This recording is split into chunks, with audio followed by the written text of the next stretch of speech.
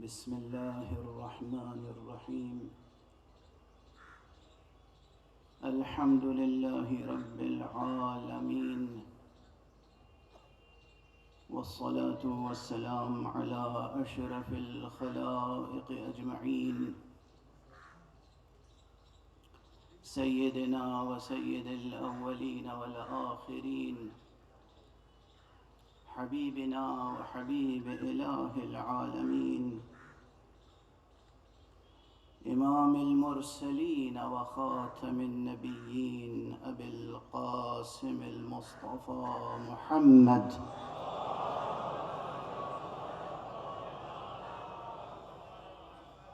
وعلى أهل بيته الطيبين الطاهرين الهداة المهديين المعصومين المظلومين،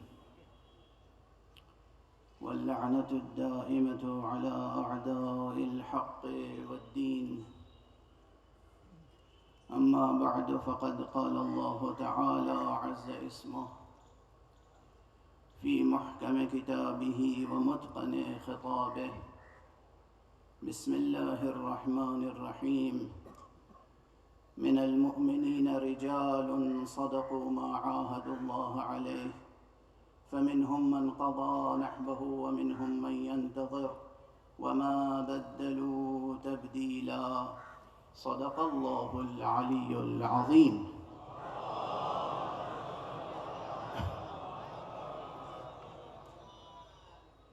ایک مرتبہ اور بلندر صلوات پڑھیں.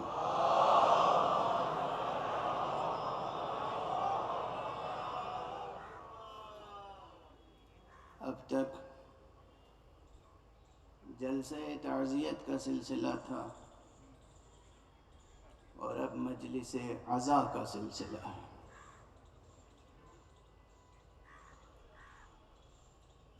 چونکہ اس وقت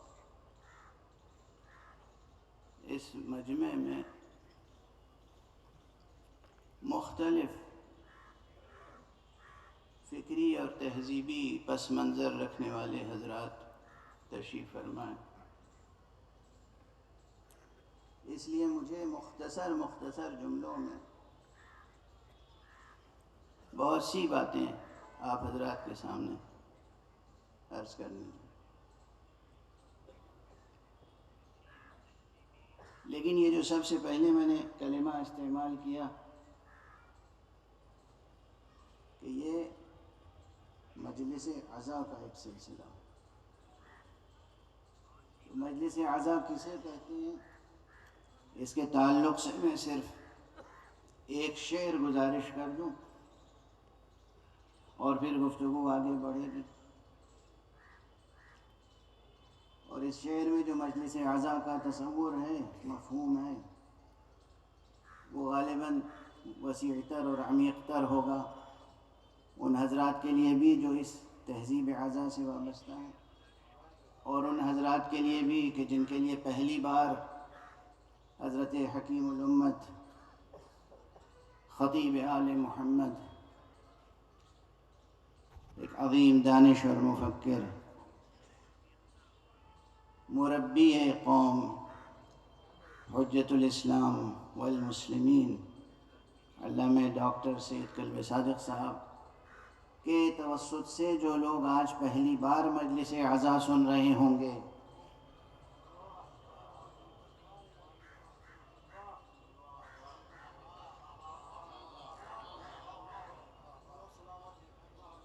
ان کے لیے بھی یہ شعر ایک ہدیہ ہوگا کہ وہ یاد رکھیں کہ مجلس عزا ہوتی کیا ہے.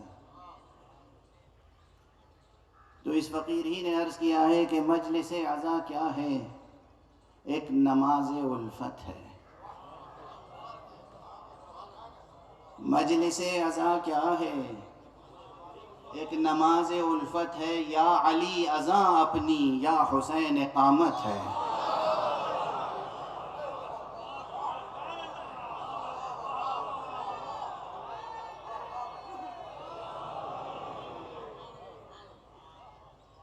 مجلس عزا کیا ہے، ایک نماز الفت ہے. یا علی عزا اپنی، یا حسین اقامت ہے. اور بس ایک اشارہ اور کر دوں ان حضرات کے لیے جو مجلس عزا سے وابستہ رہے ہیں نسلاً بعد نسلاً، اگر یہ نقطہ ان کے لیے روشن نہیں ہے تو پھر اس کی طرف توجہ ہو جائے کہ میں نے گزارش کیا یا علی اذاں اپنی یا حسین اقامت ہے. اصل نماز اقامت کے بعد شروع ہوتی ہے. ایک صلوات پڑھ دیجئے محمد.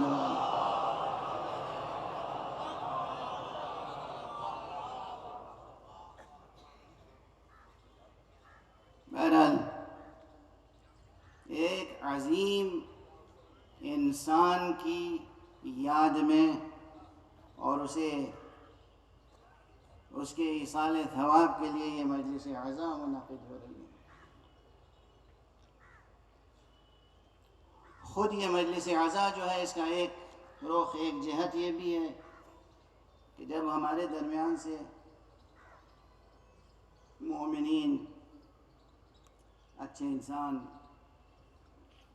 خدا پرست انسان، حق پرست انسان، اہل ایمان، اہل کردار گزر جاتے ہیں تو ہم ان کے بلندی درجات کے لیے ایصال ثواب کرتے ہیں. گویا مجلس عزا خود دعائے بلندی درجات ہے. اور ہمارے مجلس عزا بعض حضرات بہت تأمل کرتے ہیں. مجالس میں شرکت میں تأمل ہوتا ہے کہ یہ تو رسمیں ہیں، کہیں بدعت نہ ہو جائے، کہیں اس مجلس میں شرکت سے مذہب یا مسلک پر کوئی آنچ نہ آ جائے. تو یاد رکھیے کہ دعا ایک عظیم حقیقت ہے. دعا کبھی بھی، کہیں بھی، کسی بھی شکل میں، کسی بھی انداز میں کیا جائے وہ دعا دعا ہوتی ہے، بدعت نہیں ہوتی.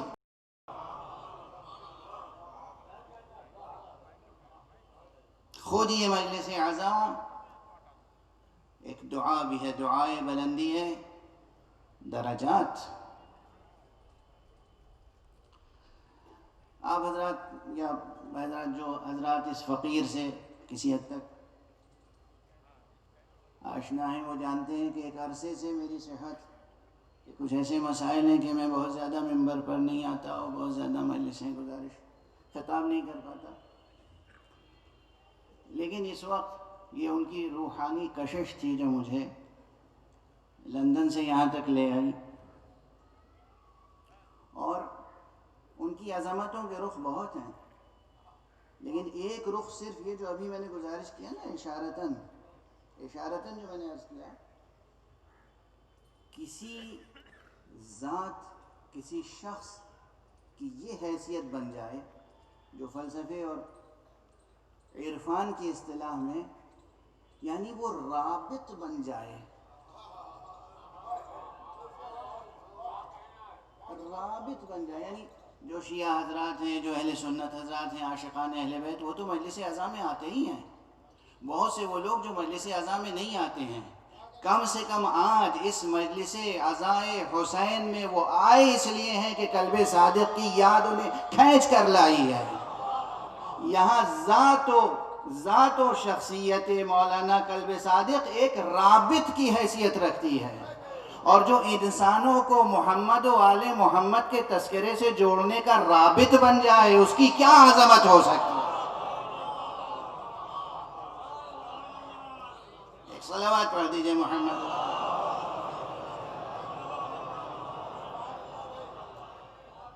کتنے ہوں گے، کتنے ایسے حضرات اس مجمع میں ہوں گے جنہوں نے کبھی شرکت نہیں کی ہوگی مجلس عزا میں، وہ جانتے نہیں ہوں گے مجلس عزا کہتے کسی نے.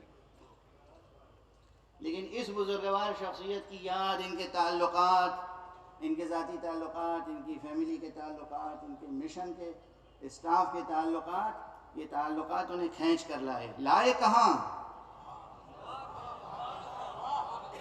یہ تعلقات، یہ رابطے، یہ رشتے لے کر کہاں آئے؟ رشتوں کی عظمت وہیں ہوتی ہے جہاں رشتے کھینچ کر مرکز حق پر لے آئیں۔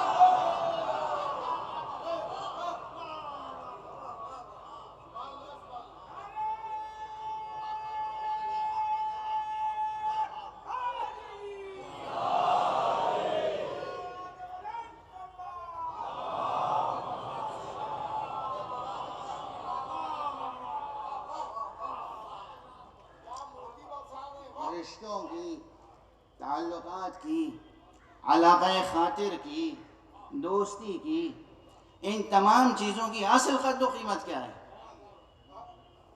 اگر یہ قدر و قیمت آ کر، یاد رکھیے گا ایک جملہ عرض کر رہا ہوں سب کے لیے، اہل بیت سے لے کر اہل جہاں تک، اگر رشتہ، دوستی، علاقہ خاطر، یہ تمام تعلقات آ کر ڈاکٹر سید کلب صادق پر ختم ہو جائیں تو کامیابی نہیں ہے۔ اگر یہ علامہ ڈاکٹر حکیم الامت سید کلب صادق نقوی کے رشتے سے خدا تک پہنچ جائیں، یہ کامیابی ہے۔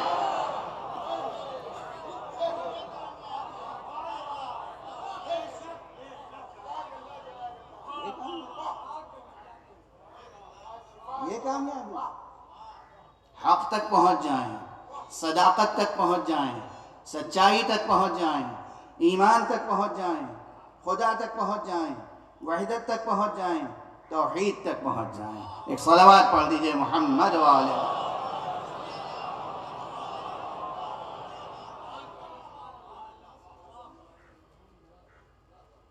تو خود یہ ان کی جو ایک جہت ہے شخصیت کی، کہ وہ اپنے نام سے، اپنے کام سے، اپنے وجود سے، اپنی شخصیت سے پوری دنیا اور اہل بیت کے درمیان ایک وجود رابط بنے ہوئے تھے۔ وجود رابط، ایک وجود رابط۔ کون کلب صادق؟ ذاکر اہل بیت۔ اللہ اکبر! یہ کیا کم بلندی ہے؟ تمام بلندیوں سے بڑھ کر یہ بلندی ہے۔ ذاکر اہل بیت، خطیب آل محمد، فقیہ مکتب اہل بیت۔ معمولی بات ہے، میں نے فقیہ کا لفظ استعمال کیا، جان بوجھ کر استعمال کیا۔ میں جانتا ہوں کہ ان کی شخصیت کا فقہی بعد کتنا مضبوط تھا، مجھے معلوم ہے۔ ان کے سر پہ عمامہ نہیں تھا، لیکن اب بھی اگر وہ لکھنؤ میں بیٹھ کے درس کہتے تو بہت سے صاحبان عمامہ دو زانوں بیٹھ کر ان سے بہت کچھ حاصل کرتے۔ مجھے معلوم ہے۔ میں کوئی بات بربنائے مبالغہ عرض نہیں کروں گا، کوئی بات بربنائے مبالغہ۔ میری ان سے عقیدت تھی، محبت تھی، ارادت تھی۔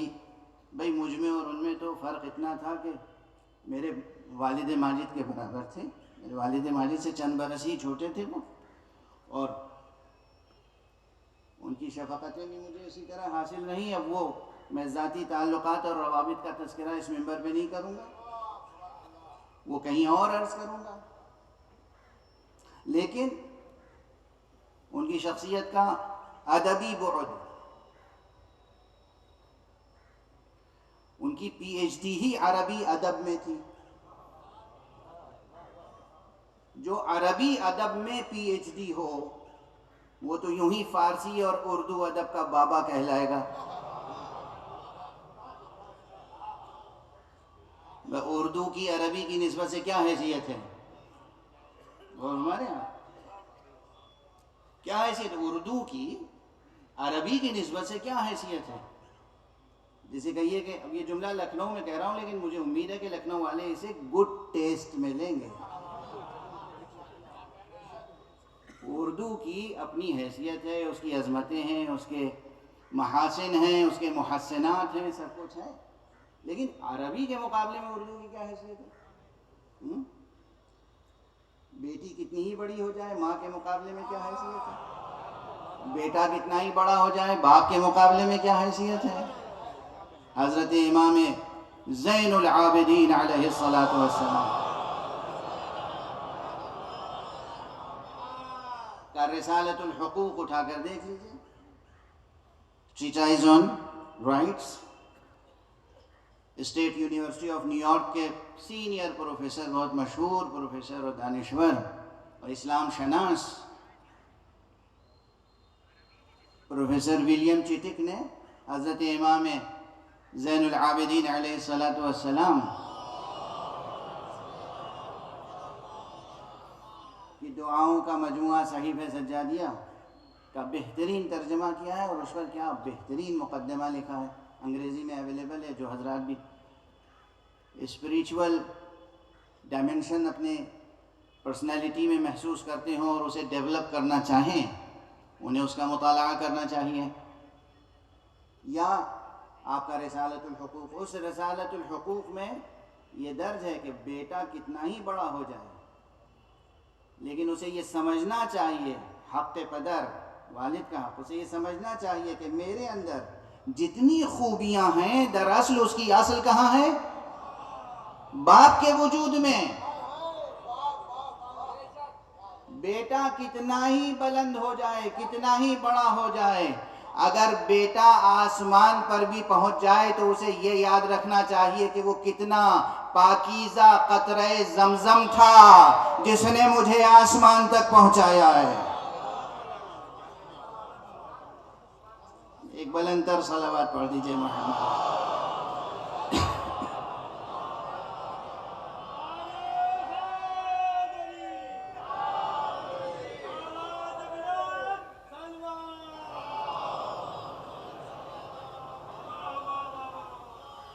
تو بہرحال اردو ادب میں جو حضرات کام کر رہے ہیں، اردو شاعری میں ادب میں کام کر رہے ہیں، ان پر بھی ان کو ابوت کا درجہ حاصل تھا، قدر کا درجہ حاصل تھا قلب صادق صاحب قبلہ کو۔ کیوں؟ اس لیے کہ انہوں نے تو پی ایچ ڈی کی تھی عربی ادب میں، اور دینی علوم میں بھی منتہی تھے اور دنیاوی علوم میں بھی منتہی تھے، تو وہ گویا دینی اور دنیاوی علوم کا امتزاج ان کی شخصیت میں تھا، ایک سنگم تھا، گنگا جمنا کا سنگم نہیں، گنگا اور فرات کا سنگم۔ ایک صلوات پڑھ دیجئے محمد۔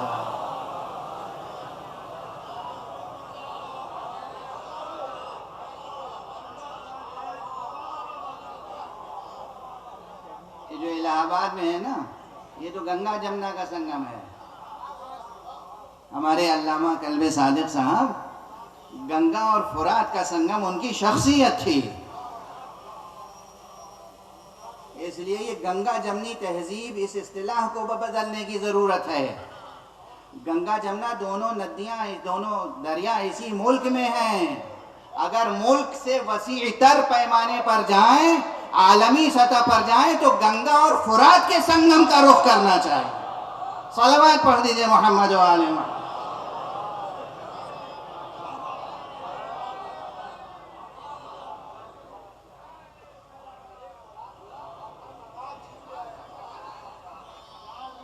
بھائی صلوات پڑھنی ہے تو پھر بلندر صلوات۔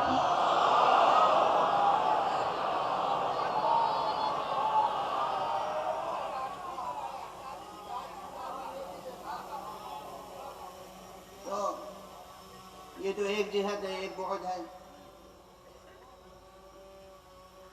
ہم لوگ سوچ ہوں گے انہوں نے کتنی کتابیں لکھی ہیں، ادیب بھی کہہ رہے ہیں، انہیں ادیب تھے وہ۔ میرے استاد گرامی قدر پروردگار انہیں صحت اور سلامتی و عافیت عطا فرمائے، حضرت آیت اللہ حسن زادہ آمولی، وہی جملہ فرمایا کرتے تھے اور لکھا بھی انہوں نے جملہ کہ شاعر، اصلی شاعر، حقیقی شاعر اپنے ایک بیت سے، یعنی ایک شعر سے پہچان لیا جاتا ہے۔ بہت سے وہ ہیں جن کے پاس زخیم دیوان ہوتے ہیں مگر وہ شاعر نہیں ہوتے۔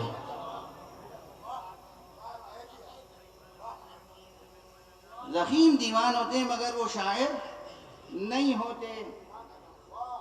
بھئی قافیہ پیمائی اور تک بندی سے لے کر شاعری تک بہت فاصلہ ہے۔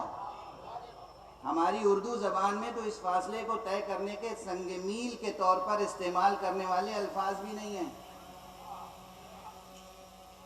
ہمارے یہاں بھائی شاعر ہے یا متشاعر ہے، دو ہی۔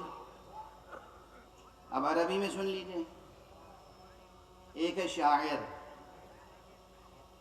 ایک ہے شویعر، ایک ہے متشاعر، ایک ہے موال، اور نہ جانے کتنے اور کلمات ہیں۔ یہ کلمات استعمال ہوتے ہیں اور ہمارے یہاں تو اسی طرح ادیب کی بات ہے، کوئی سینکڑوں صفحے سیاہ کر ڈالے، روزانہ اخبار میں صفحوں کے صفحے سیاہ کرے، لیکن اگر اس کے اندر اوریجنل ادیب نہیں ہے تو اس کی تحریر میں جتنا حسن ہوگا مانگے کا اجالا ہوگا۔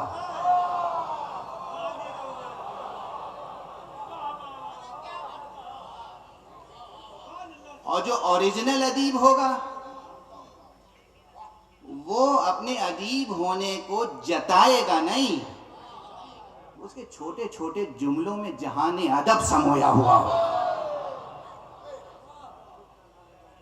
تو ادیب تھے، بابا ادب تھے، اردو ادب ہو، فارسی ادب ہو، عربی ادب ہو، یہ شخصیت کا ایک بعد ہے۔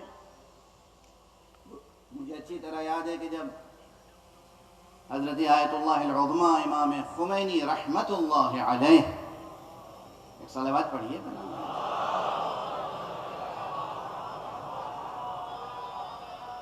کی سربراہی میں ایران میں انقلاب آیا ہے اور وہاں کی 2500 سالہ شہنشاہیت مٹی اور پرچم انقلاب اسلامی بلند ہوا، تو غالباً سب سے پہلے اردو زبان میں علماء دین کے حلقے سے جس نے ایک مکمل کتاب لکھی تھی وہ مولانا قلب صادق صاحب قبلہ تھے، تاج شکن ان کی کتاب ہے۔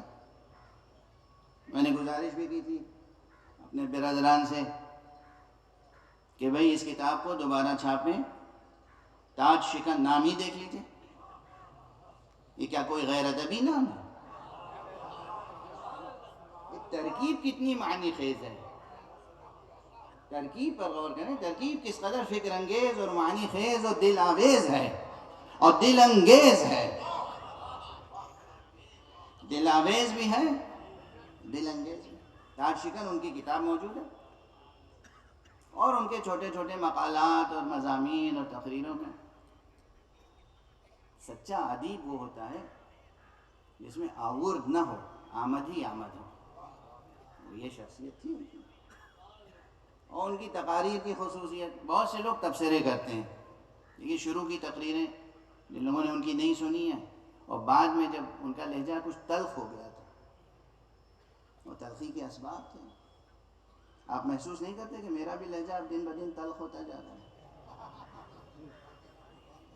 دعا کیجئے کہ کسی صورت سے اور تلخ ہو جائے۔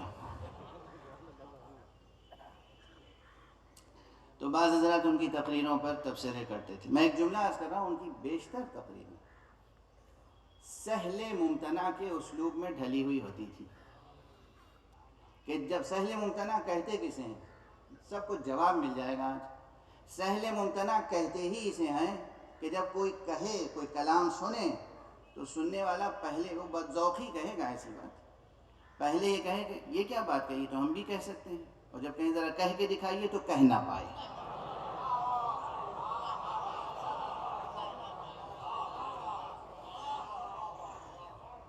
میر کیوں بہت بڑے ہیں؟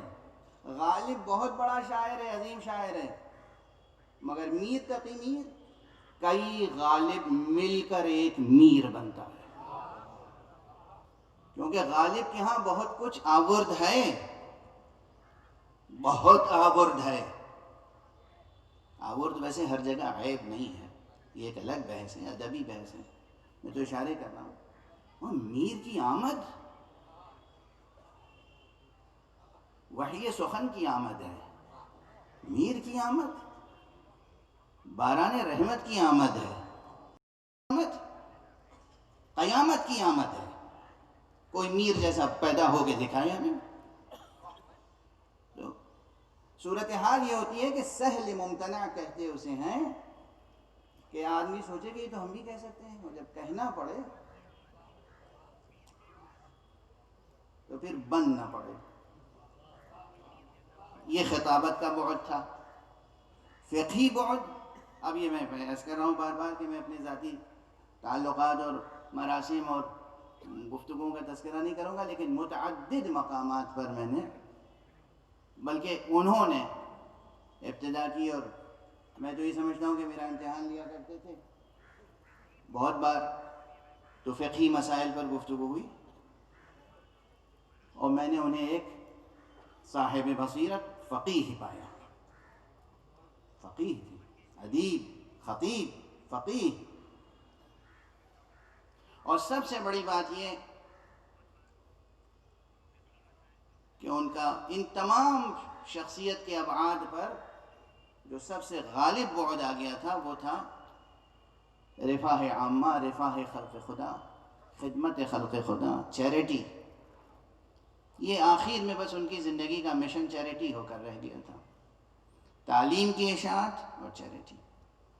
تو اب مجھے اجازت دیجیے کہ ان تمام ابعاد کے تعلق سے جو لوگ بھی سننے آئے ہیں، میں نے عرض کیا تھا کہ مختلف مسالک، مختلف مذاہب، مختلف عقائد، مختلف نظریات، مختلف فکری اور تہذیبی پس منظر رکھنے والے افراد یہاں جمع ہیں. تو مختصر جملوں میں سب کے لیے مجھے کچھ عرض کرنا ہے. سب سے بنیادی حیثیت، پہلی حیثیت کیا تھی ان کی؟ ایک انسان تھے. اچھا، اگر کسی کے لیے کہہ دیجئے کہ وہ ایک انسان ہے تو لوگ سمجھتے ہیں کوئی تعریف نہیں ہوئی.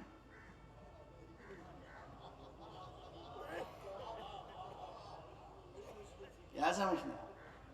وہ تو خیر مشہور شعر ہے ہی ہے، غالبی کا شعر ہے. آپ حضرات زیر لب دہرا رہے ہیں اسے. میر کا شعر ہے اور حضرات کے شعر ہیں. انسان، ایک انسان تھا.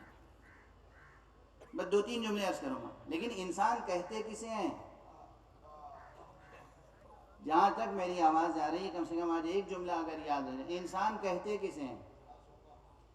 اس مجمع میں ماشاءاللہ علماء، فضلاء، مدرسین مدارس علمیہ، مدارس دینیہ، خطباء، ادباء، دانشور حضرات، انٹلیکچوئلز تشریف فرمائیں. میں عرض کروں انسان کسے کہتے ہیں؟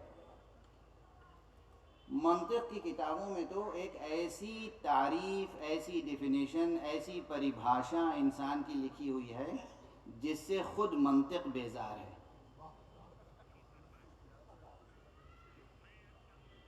ارے بھئی، تعریف کسے کہتے ہیں؟ تعریف کے شرائط کیا ہیں؟ تعریف کی بنیادی شرط یہ ہے کہ معرف کو معرف سے اجلا ہونا چاہیے. ٹھیک ہے نا؟ الانسان حیوان ناطق، اس میں الانسان اجلا ہے یا حیوان و ناطق؟ یعنی میں عرض کر دوں کہ جب آپ کسی چیز کی پریبھاشا بیان کرتے ہیں تو اس میں جس چیز کی تعریف کر رہے ہیں، جس چیز کو ڈیفائن کر رہے ہیں، اس کے لیے جو ایکسپریشن لا رہے ہیں، وہ ایکسپریشن، وہ ڈیفینیشن اس ٹرمینولوجی سے زیادہ واضح ہونی چاہیے. جو چیز زیادہ روشن ہوگی وہ اس کو روشن کرے گی جو روشن نہیں ہے. واضح ہے نا؟ کسی کو پہچانوانے کے لیے اس شخص کو لایا جائے گا جو خود جانا پہچانا ہو. جسے خود کوئی نہ پہچانتا ہو وہ کسی کو کیا پہچانوائے گا؟ ٹھیک ہے نا؟ تو اب انسان کی تعریف یہ کرنا کہ الانسان و حیوان ناطق، یہ وہ تعریف ہے جس سے خود علم منطق بیزار ہے. اور ماشاءاللہ ہزاروں برس سے ہمارے مدرسوں میں تبدیلی آتی کہاں ہے؟ ہمارے مدرسوں میں نصاب تعلیم کی تنقید کا دروازہ ہی بند ہے. تو تنقید تو ہوتی نہیں. بہرحال اب انسان کے لیے ایک اس طرح سوچئے، اور اب جو فقرہ میں عرض کرنا چاہ رہا ہوں وہ پھر عرض کروں دست ادب جوڑ کر، کہ عام طور پر جو لوگ پیور سائنٹیفک اپروچ رکھتے ہیں اور سائنس پہ بہت زور دیتے ہیں، مولانا قلب صادق صاحب قبلہ بھی سائنس پہ بہت زور دیتے تھے اور خود میں زور دیتا ہوں. سائنس کی اپنی اہمیت ہے، عظمت ہے. سائنس پڑھنے پر قرآن مجید نے جتنا زور دیا ہے، مجھے ڈر لگ رہا ہے یہ جملہ کہتے ہوئے، ہاتھ جوڑ کے تمام علماء سے معافی مانگ لوں. علم شریعت حاصل کرنے پر جتنا زور دیا ہے اس سے 100 گنا زیادہ قرآن نے سائنس سیکھنے پر زور دیا.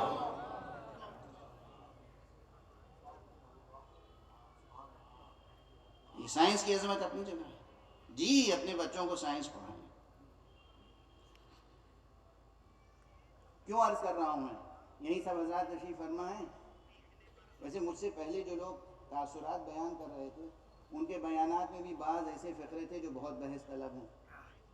بحثیں ہوں گی. یہ فقیر بھی ایک جملہ عرض کر رہا ہے, اس پہ بھی بحثیں ہوں گی. بحثیں ہونی چاہیے, ورنہ فکر کا قافلہ آگے کیسے بڑھے گا؟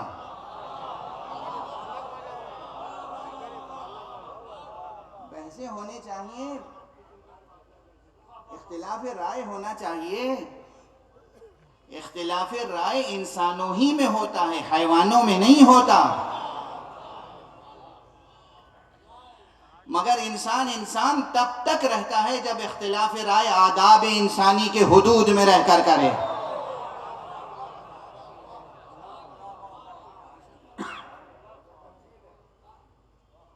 تو جناب والا, انسان کی جو تعریف, انسان کی حیثیت, ابھی تعریف سے ہٹ کے اب حیثیت پہ آ جاؤں. انسان کی جو حیثیت سائنس مقرر کیے ہوئے ہے وہ کیا ہے معلوم ہے آپ کو؟ انسان ہمیں اور آپ کو حیوان سمجھتی ہے, صرف حیوان, ناطق بھی نہیں. انسان ہمیں آپ کو, سائنس ہمیں اور آپ کو حیوان سمجھتی ہے. اینیملزم پر ابھی گفتگو کرنے کا موقع نہیں ہے کہ اینیملزم کون سا اینیملزم کہاں تک ہے, درست ہے نہیں ہے, اس کی تنقید کیسے کی جائے. لیکن منطق کی اس تعریف نے بھی اینیملزم کو بہت فروغ دیا ہے, یہ ایک الگ بات ہے. پتہ نہیں کہ یہ غلطی ارسطو کی کتابوں کے ترجمے میں غلطی کی بنا پر ہوئی یا کس بنا پر ہوئی. اب یہ چیپٹر ابھی میں نہیں قائم کروں گا. اشارات ہیں, جو لوگ اس پر مقالے لکھنا چاہیں, تھیسس لکھنا چاہیں, وہ الگ ایک بات. اس کی جو عام فہم مثال ہے یہ کہ سائنس ہمارا آپ کا علاج کرتی ہے نا. ہمارے اندر مختلف بیماریاں ہیں, ان بیماریوں کا علاج سائنس کرتی ہے. دوائیں, یہ دوائیں جو ہمیں آپ کو دی جاتی ہیں ہماری آپ کی صحت و شفا کے لیے, یہ ہمیں دینے سے پہلے کہاں آزمائی جاتی ہیں معلوم ہے آپ کو؟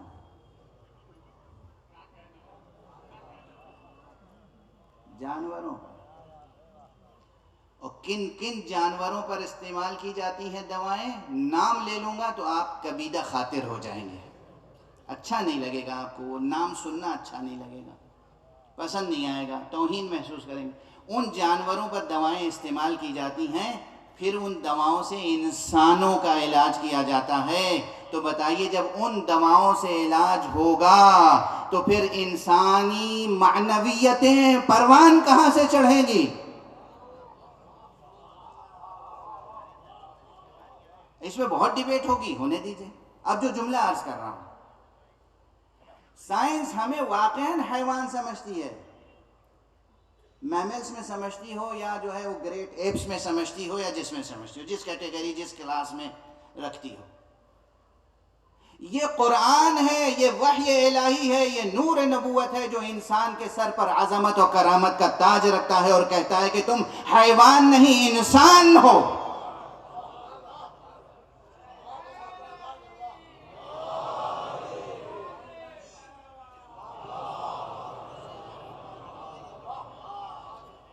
اگر ہمیں اور آپ کو اپنی سچی انسانی عظمت کو ڈسکور کرنا ہے تو ہمیں قرآن یا وحی الہی سے استفادہ کرنا ہوگا. یہ وحی الہی ہے جو انسان کے سر پر کرامت و عظمت و خلافت الہیہ کا تاج رکھتی ہے. یہ قرآن ہے. وَلَقَدْ كَرَّمْنَا بَنِي آدم. کس کی آواز ہے, سائنسداں کی یا وحی الہی کی؟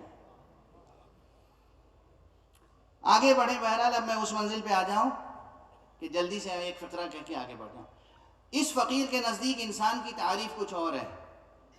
توجہ رکھیں گے اور یہ تحفہ لے کے جائیں گے. انسان, الانسان موجود متخلق باخلاق اللہ. انسان وہ موجود ہے جس میں اللہ کی صفتیں پیدا کرنے کی صلاحیت رکھی گئی ہیں.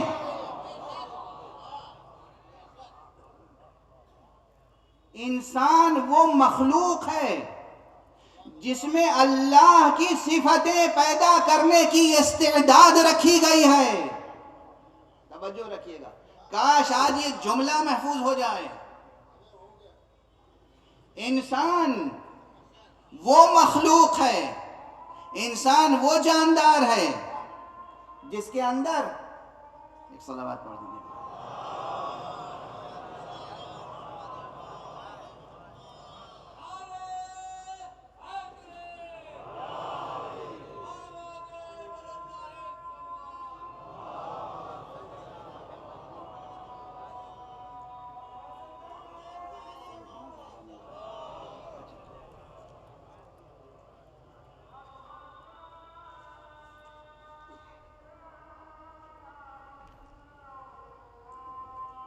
کم نہیں ہے، شواہد کم نہیں ہے. انسان وہ مخلوق ہے جس میں اللہ سبحانہ و تعالیٰ کے صفات پیدا کر لینے کی استعداد رکھی گئی ہے. اور اگر یہ استعداد نہ رکھی جاتی تو پھر حکم نہ دیا جاتا تخلقوا باخلاق اللہ، تم اپنے اندر اخلاق خدا پیدا کرو، تم اپنے اندر صفات خدا کو پیدا کرو. حکم دیا جا رہا ہے. تو انسان وہ مخلوق ہے.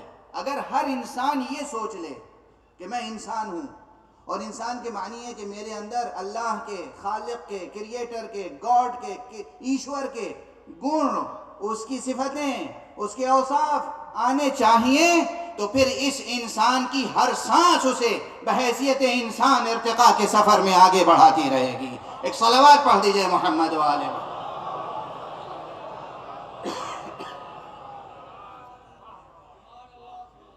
یعنی اگر دو جانوروں میں ٹکراؤ ہو جائے تو ایک جانور دوسرے جانور کے بارے میں یہ نہیں سوچے گا کہ یہ اللہ کی مخلوق ہے، ہم اسے سینگ ماریں یا نہ ماریں. یہ انسان ہے جسے سوچنے کی صلاحیت دی گئی ہے کہ اختلاف ہو جائے تو سوچو کہ یہ بھی اللہ کی مخلوق ہے، ہم بھی اللہ کی مخلوق ہیں. اس کی جان، عزت، آبرو کا بچانا ہم پر فرض ہے. خدا نے فرض عائد کیا ہے. خدا رحیم ہے تو ہم بھی رحم سے کام لیں، خدا کریم ہے تو ہم بھی کرم سے کام لیں، خدا رؤوف ہے تو ہم بھی رافت سے کام لیں، خدا عظیم ہے تو ہم بھی کچھ عظمت کا ثبوت تو دیں.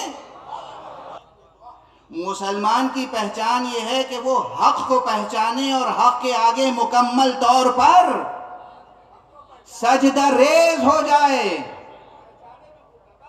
حق کو پہچانے اور حق کے آگے سجدہ ریز ہو جائے، اسے کہتے ہیں مسلمان. اور شیعہ اسے کہتے ہیں کہ جو ان رہنماؤں سے ہمیشہ جڑا رہے جو حق کو پہچانتے تھے، حق پہ قربان ہوتے تھے. صلوات پڑھ دے محمد و آل محمد.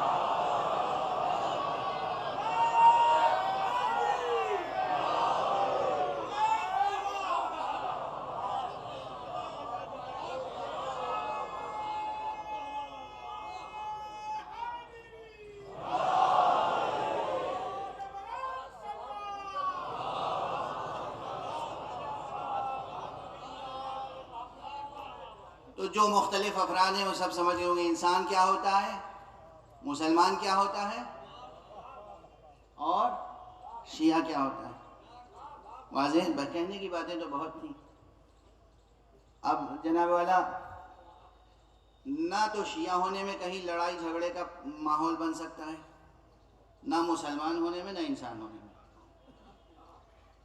تو جو لوگ لڑائی جھگڑا چھیڑتے ہیں یا اس میں دلچسپی لیتے ہیں اور خون ریزی کرتے ہیں، وہ تو شیعیت اور اسلام اور انسانیت سب سے گر جاتے ہیں.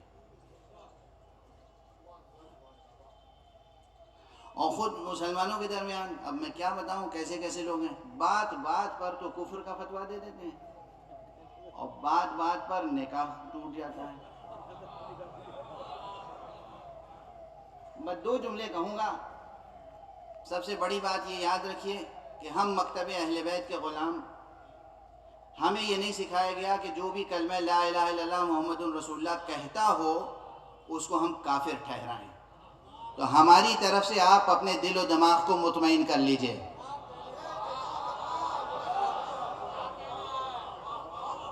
میں ڈاکٹر کلب صادق صاحب قبلہ کے مشن ہی کو آگے بڑھا رہا ہوں، اس لیے یہ جملے کہہ رہا ہوں. ہماری طرف سے مطمئن ہو جائیں، دل دماغ مطمئن ہو جائیں.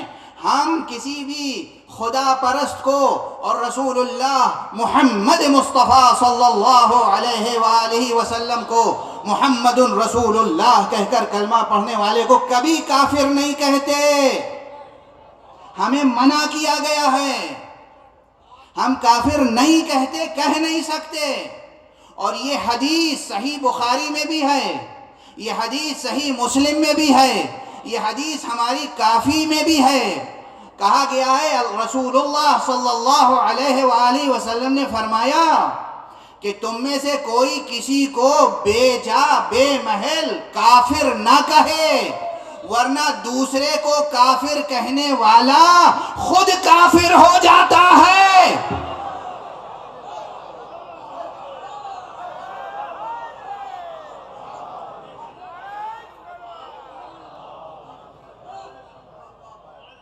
اچھا آپ تھوڑی سی مجھے خود ستائی بھی کر لینے دیجیے، تھوڑی سی، آدھا جملہ. یہ جو میں نے اپنی تقریر میں حدیث سنانے سے پہلے صحیح بخاری کا حوالہ دیا اور صحیح مسلم کا حوالہ دیا، تو یوں ہی نہیں کہ میں نے بس لائبریری سے اٹھا کے صحیح بخاری پڑھ لی، مطالعہ کر لیا اور آپ کو سنا دیا. ہمارے ہاں جو بزرگ علماء شیعہ کی روایت تھی وہ یہ تھی کہ وہ باقاعدہ علم حدیث و درایت و رجال کا اجازہ اپنے بزرگ علماء سے بھی لیتے تھے اور اہل سنت کے بزرگ علماء سے بھی اجازہ لیتے تھے. تو میں نے بزرگان اہل سنت، علماء اہل سنت، محدثین اہل سنت سے بھی اجازہ روایت لے کر آپ کو یہ حدیث سنا رہا ہوں. اور شیعہ جوانوں کی دلچسپی کے لیے ایک جملہ کہوں، آپ کو معلوم ہے میں نے نہج البلاغہ کس سے سب سے پہلے پڑھی تھی؟ کتاب نہج البلاغہ میں نے سب سے پہلے ایک سنی عالم دین سے پڑھی تھی. میں نے خود اور ہمارے یہاں. بس عزیزان گرامی، کیا سعادت ہوگی اس بزرگوار کی جو پہلے میں نے عرض کیا کہ جس کا وجود، جس کا نام، جس کا تذکرہ، جس کی یاد اہل بیت کی یاد سے حرف ربط بن جائے. اب اس آیت پر بالکل گفتگو کا موقع نہیں رہ گیا. یہ سورہ مبارکہ احزاب کی آیت ہے اور جنگ احزاب کے تذکرے کے تسلسل میں آئی ہے. من المؤمنین رجال صدقوا ما عاهدوا اللہ علیہ فمنهم من قضى نحبه ومنهم من ينتظر وما بدلوا تبدیلا. خود اس آیت میں اتنے عناوین ہیں، فکری، علمی، کلامی، حکیمانہ، فلسفیانہ، کہ جس پر بہت دیر گفتگو کی جا سکتی ہے، لیکن بالکل نہیں. اب میں 5-7 منٹ سے زیادہ غالباً گفتگو جاری نہیں رکھ سکوں گا، لیکن بس یہ اشارہ کر دوں کہ عظیم الشان آیت ہے. قرآن کی تو ہر آیت عظیم الشان ہوتی ہے، قرآن کا ہر حرف عظیم الشان ہے. قرآن کی ہر حرکت یعنی زیر زبر پیش اور ہر سکون جو ہے وہ عظیم ہے. قرآن کی ہر حرکت معجزہ ہے. یہ پورا 2 دفتیوں کے درمیان جو قرآن ہے یہ کلام اللہ ہے، معجزہ ہے. اس کی ہر آیت عظیم ہے، مگر بعض آیتوں کو بعض پر فضیلت حاصل ہے، ویسے ہی جیسے بعض نبیوں کو بعض پر فضیلت حاصل ہے. ارے جب نبی برابر نہیں ہے تو ہم غیر انبیاء کو سب کو برابر کیسے کہہ سکتے ہیں؟ حفظ مراتب کا خیال ہر جگہ رکھا جائے. حفظ مراتب، حفظ مراتب تہذیب کی جان ہے. حفظ مراتب روح تہذیب ہے. حفظ مراتب، حفظ مراتب. اللہ کو اللہ سمجھو، رسول کو رسول سمجھو، امام کو امام سمجھو، صحابی کو صحابی سمجھو، عالم کو عالم سمجھو، متعلم کو متعلم سمجھو. حفظ مراتب. بزرگ کو بزرگ سمجھو، خود کو خود سمجھو. حفظ مراتب روح تہذیب ہے. حفظ مراتب روح تہذیب ہے. یہاں میں مشہور ہندوستان کے عظیم الشان مفکر اور ماہر تعلیم جناب ڈاکٹر خواجہ غلام السیدین کی روح سے معذرت کے ساتھ ایک جملہ کہہ رہا ہوں. انہوں نے روح تہذیب کے نام سے ایک کتابچہ لکھا تھا، بہت قیمتی مقالہ ہے. اس میں انہوں نے کہا تھا کہ روح تہذیب ہے رواداری. میں ان کی روح سے اختلاف کر رہا ہوں. میں کہہ رہا ہوں روح تہذیب ہے حفظ مراتب. اگرچہ یہ دونوں تصادم نہیں ہے، اس میں کچھ رواداری اور حفظ مراتب میں تصادم نہیں ہے، مگر حفظ مراتب روح تہذیب ہے. اہل بیت مصطفیٰ. پھر اس میں یہ جو آیت ہے اس میں ایک ہی، یعنی اتنے عناوین ہیں کہ میں کیا گزارش کروں، مگر صدقوا ما عاہدوا اللہ علیہ. مولانا قلب صادق صاحب کا نام کیا تھا؟ قلب صادق. یہ لفظ صادق پر اگر پورا عشرہ پڑھا جائے نا. آیت رسول بزرگ مرتبہ شاعر جناب مظفر وارثی کا، غالباً انہوں نے کہا ہے کچھ نہ کہنے سے بھی چھن جاتا ہے اعجاز سخن.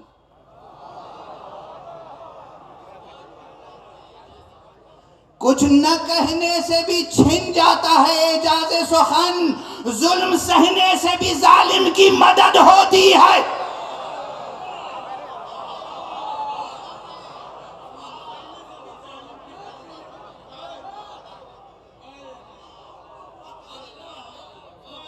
کچھ نہ کہنے سے بھی چھن جاتا ہے اعجاز سخن.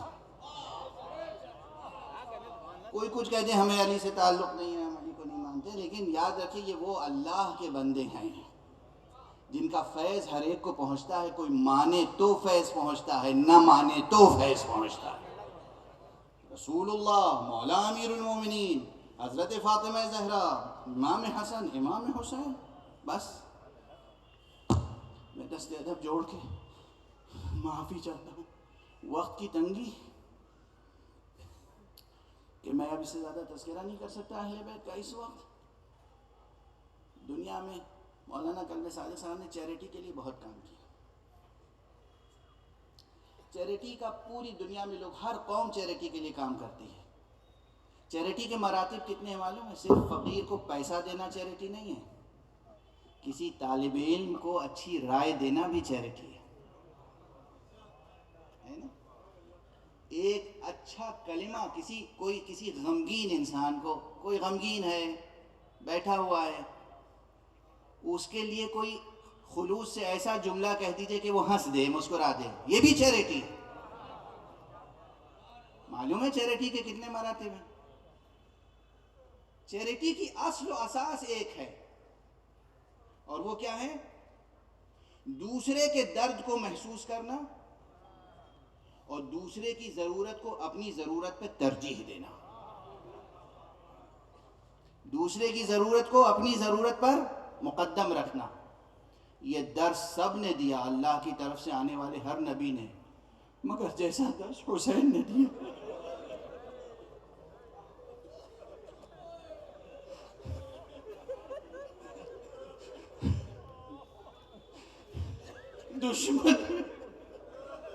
دشمن فوج ہے، پیاسی ہے، معلوم ہے کہ یہ کل ہمیں پیاسا رکھیں گے، مگر اپنے اصحاب سے کہا پلاؤ انہیں پانی پلاؤ،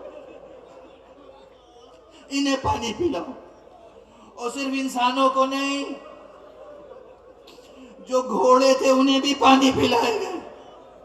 دیکھتے نہیں ہو یہ گھوڑے پیاسے ہیں، ان کی زبانیں نکلی ہوئی ہیں. اب سمجھے چیریٹی کا درس ہم کہاں سے لیتے ہیں. اور اب آپ سمجھے کہ کچھ ہو جائے ہم حسین کا ذکر کیوں کرتے ہیں.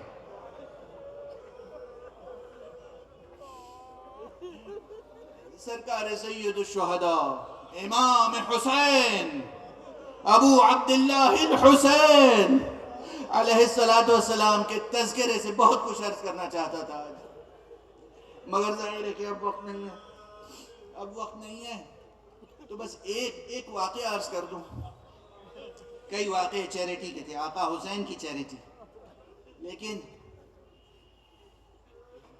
دوسرے کو ہدایت دینا، دوسرے کو علم دینا، دوسرے کو خطرے سے بچانا، دوسرے کو جہنم کی آگ سے بچانا. آدمی کب تک یہ کام کرتا ہے؟ جب تک خود اس کی جان خطرے میں نہ ہو.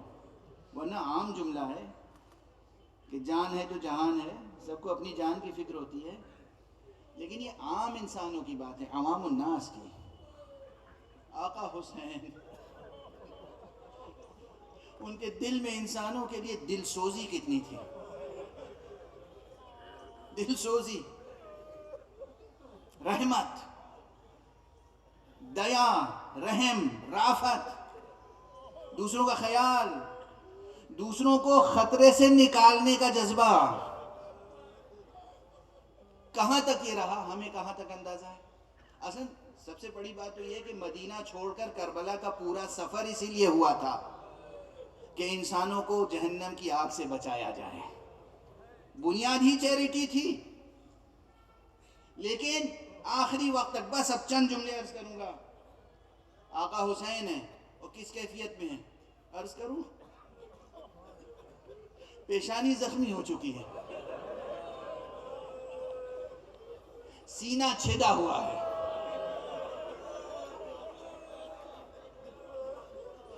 فوارے کی طرح لہو بہہ چکا ہے.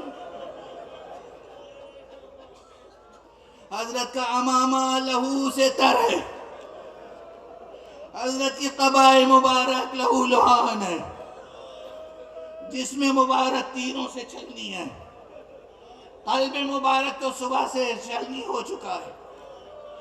72 لاشیں اٹھا چکے ہیں حسین. کیسے کیسے لاشیں، قاسم کا لاشا، اکبر کا لاشا، کیسے کیسے لاشیں اٹھائے ہیں آقا نے. اور اب تاریخ کا بیان ہے، تاریخ کا بیان ہے. اسے طبری نے بھی غالباً لکھا ہے اگر میرا ذہن اس وقت اشتباہ نہیں کر. اور مستند روایتیں ہیں. آقا حسین جب گھوڑے سے زمین پر آ گئے تو بیٹھے ہوئے تھے. 1 ساعت تک، یعنی ایک گھڑی ایسی گزری، کچھ دیر، ایک مدت ایسی گزری، ایک وقفہ، تھوڑا ٹائم ایسا گزرا جب اسی فوج دشمن میں سے کسی میں ہمت نہیں ہو رہی تھی کہ جا کے آقا حسین کا سر قلم کرے. کسی میں جرأت نہیں تھی، ہمت نہیں تھی. ان اشقیاء میں بھی، کیونکہ مرتبہ پہچانتے تھے، حسین ہیں، رسول اللہ کے نواسے ہیں، فاطمہ کے بیٹے ہیں. کوئی خاندان، کوئی قبیلہ اس مخصوص جرم کو اپنے کاندھے پر، اپنے گردن پہ لینے کے لیے تیار نہیں تھا کہ کل کو کہا جائے یہ حسین کا قاتل ہے یا اس قبیلے کا آدمی حسین کا قاتل ہے. عمر سعد نحس بار بار للکار رہا تھا اپنے فوجیوں کو، جاؤ، اب اس شخص میں کوئی دم نہیں رہ گیا ہے، لہو بہہ چکا ہے، جاؤ جاؤ سر قلم کرو، قصہ تمام کرو. مگر کسی کی ہمت نہیں ہوتی تھی. ایک شخص آیا، آگے بڑھا، اور اس نے قریب آ کر خنجر نکالا. آقا حسین نے ہمدردی سے، دل سوزی سے اپنی نگاہیں اس کی نگاہوں میں گڑائیں اور فرمایا، تو واپس چلا جا، تو میرا قاتل نہیں ہے. مجھے دکھ ہوتا ہے تو ناحق جہنم کا ایندھن بنے گا. یہ جملہ سنتے ہی اس شقی کا دل منقلب ہو گیا اور اس نے جملہ کہا، ابو عبداللہ، رسول کے بیٹے، اس حالت میں بھی آپ کو اپنی فکر نہیں، میری فکر ہو.